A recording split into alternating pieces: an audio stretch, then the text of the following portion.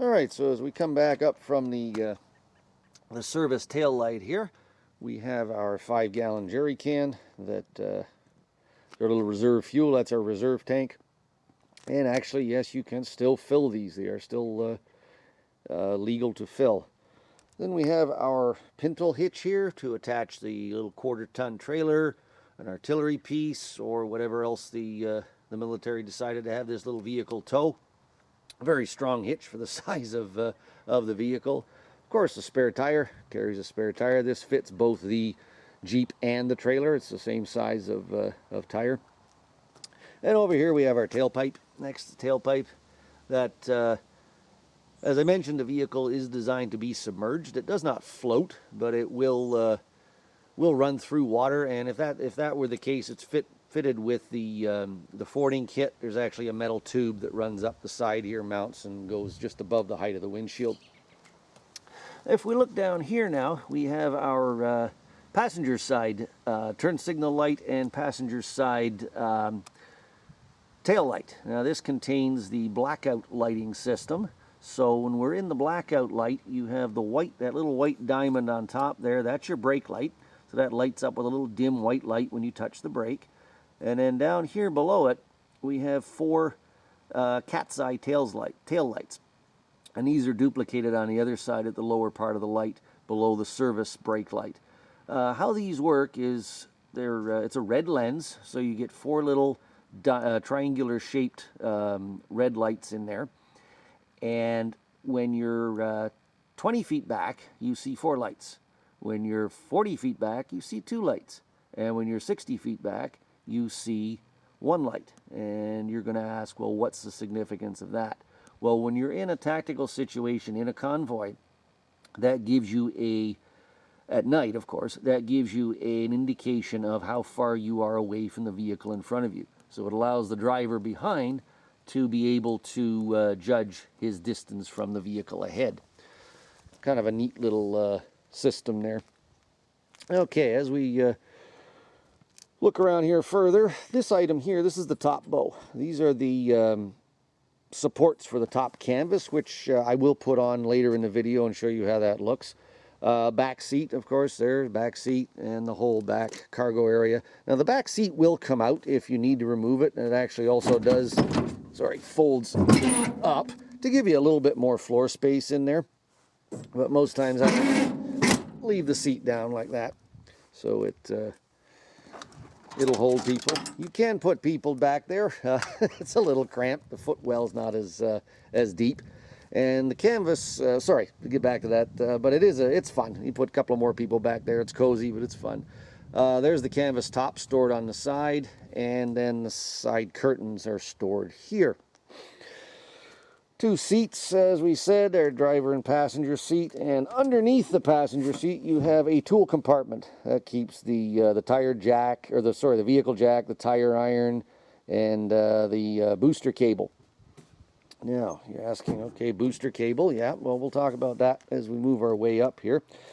And all military vehicles carry what are called pioneer tools. And that essentially on the Jeep is a shovel and an axe. Okay, just a regular axe for chopping down a tree or something in the middle of the road. Shovel, obviously, to attempt to dig yourself out. Some of the larger vehicles actually had a pickaxe in them, but the Jeeps carried the shovel and the axe itself. So as we move closer to the front of the vehicle here, the electrical system on the M series vehicles, so all of the M series vehicles, was standardized to 24 volts. That made 2 things. It made it, again, as a standardized voltage, but also it was compatible with a lot of the radios and a lot of the other equipment. So the vehicle contains 2 batteries. There's one battery, one 12-volt battery is contained in this compartment here, and the other one is under the hood. I'll show you in a moment. These 2 openings in the side of the hood, this opening on the left, that is for the inlet tube to the air cleaner when you have the fording kit on. So it runs, corrugated fabric tube runs up the side of the windscreen here. This device here, this is your booster connection, or slave receptacle as it's called.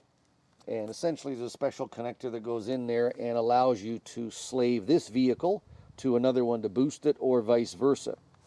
The reason they do that is because having two separate batteries, this just makes it easier, one location to connect to. And also it goes straight down to the starter, so it gets the engine turning right off the bat. Okay, I guess it's time we can open up the hood here and have a look underneath and see. All right, so let's open up the hood and take a look underneath. So the M38 was powered by a Willys 4-cylinder engine. It had 134 cubic inch displacement and generated 60 horsepower. 60 horsepower doesn't seem like an awful lot of get up and go for a vehicle, but back then it wasn't bad. To increase the pulling power and the torque of that small engine, the gearing on this vehicle is quite low. The axle ratio is 538 to 1, which means that for every 5.38 turns of the drive shaft, the wheels only turn once. So that is a really huge mechanical advantage. The one drawback to that, though, is it greatly reduces the top-end road speed, which, as we talked before, is comfortable at about 45 miles an hour, 50 if you push it.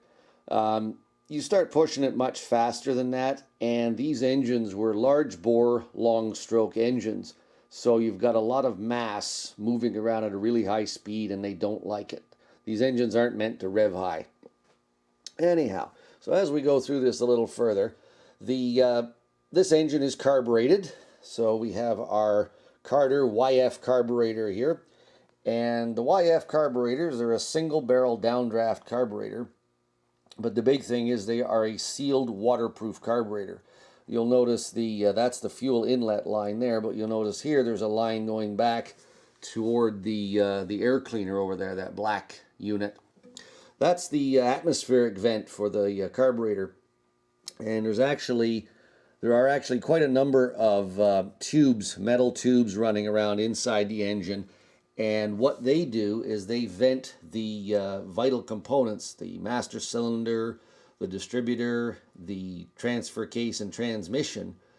They vent them all back to the air cleaner. So those particular components need vented to the atmosphere. So to keep the water from getting into them, they are actually hard plumbed back to the air cleaner.